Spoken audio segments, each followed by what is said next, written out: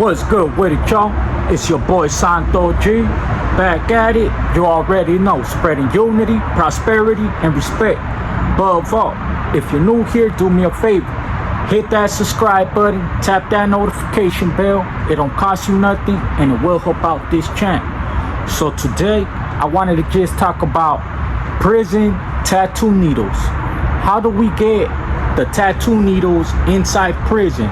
Because all of my tattoos, my whole neck, everything was done behind them walls. And if you are a person that did a lot of time like I did, you get to the point where you start learning to do everything. At first, I would just buy ink. I would buy the tattoo needles already sharpened, so on and so forth. But over time, you start picking up on everything. I learned how to make the ink. I would make my own ink. I learned how to make the tattoo needles. I would make my own needles. A lot of times, there's a large majority of people that have gotten Hep C and other stuff because either people are reusing needles, they'll use the needle, just clean it or something, resharpen it, and they'll sell it.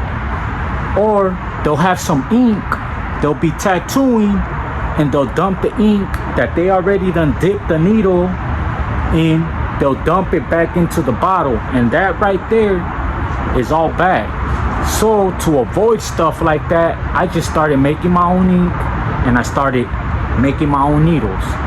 So pretty much, if you want to know how to make a needle, just get a spring. Any kind of pen or any kind of device has a spring, but you ain't gonna use a spring off of no CD player, off of no Walkman and stuff like that. I heard somebody say that recently in an interview, and that's a lie, man. You're gonna have a real thick needle, you know what I'm saying? So pretty much you're gonna use the ones for like a pen or something. You're gonna get the spring, you're gonna take it out the pen, you're gonna screw it, and you're gonna get the spring, right? Now, what you're gonna need is either two tweezers, or two nail clippers. And the reason you need either the tweezers or the nail clippers, I'm gonna tell you in a second. You're gonna need either two nail clippers or two tweezers, and then on top of that, you're gonna need like a little candle or a wick. You're gonna need some type of flame. So what you do is you get the flame, like say I would get a wick, right? Shout out my good people at Cali Herbs, Los Angeles. This the wick. Boom, put it right there. Light it up. So now I get the spring, right? It's gonna be small. I get the tweezers or nail clippers on one end, and then I get on the other end, and I put it over the flame. As it heats up, you're gonna be able to pull it apart with the heat on the metal. Gets to the point where it becomes a big old piece of metal like this. The spring is just gonna become a big old strip of metal, a metal strip. So now that right there gives you anywhere from 2 to 3 tattoo needles. You're gonna cut it, say 2 good ones. You're gonna cut it, and then you're gonna sharpen one side with some sandpaper. It's the real thin one, the real fine one. You're gonna use that, and you just gonna sharpen it like that. Either get an eraser. You could do it with an eraser. Some people roll it with the eraser. They put it through the eraser to where just the head's coming out, and they use the eraser on the sandpaper, sharpen it like that. Or if you want to get a cleaner needle, you use the guitar string. And I know you're probably thinking in your head like a guitar string, and if you've heard it before and you went and you looked at a guitar, like how do they use this? So the guitar string, inside of the actual string, you're gonna have a strip like that of metal. There's a copper wire wrapped around like that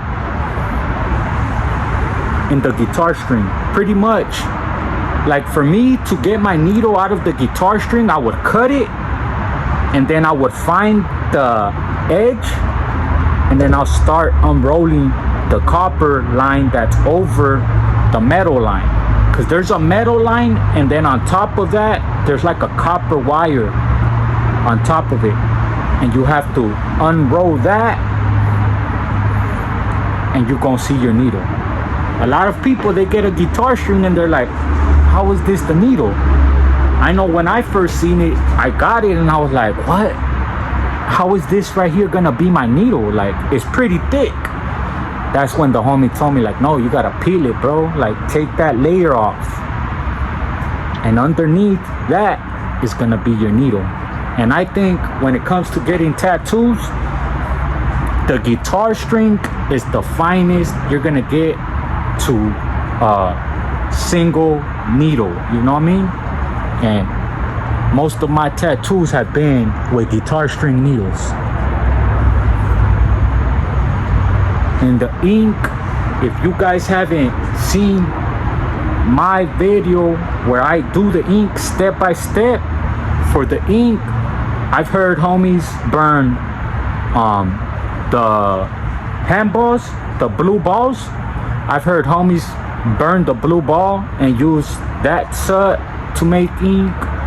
Homies have gone as far as to burn razors and use that soot to make ink. Me personally, I've always done it off of either baby oil or Vaseline. You can make Vaseline into ink as well.